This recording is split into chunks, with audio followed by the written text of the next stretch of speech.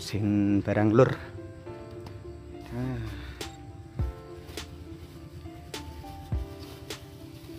Rutinitas tiap hari kasih apa ya, cuma bungkusin doang sih.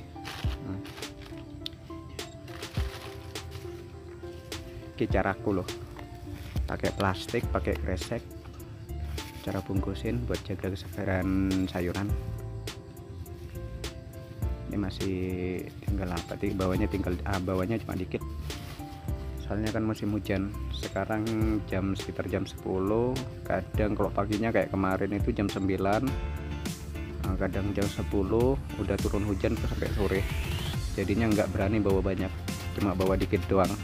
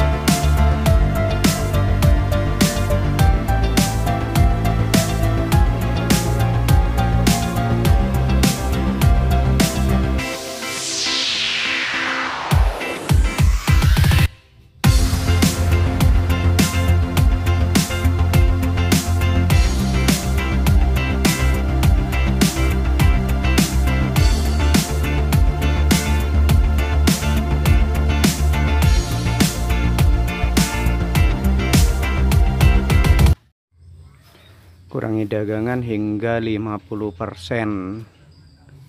Musim hujan lur, gak nutut waktu nih.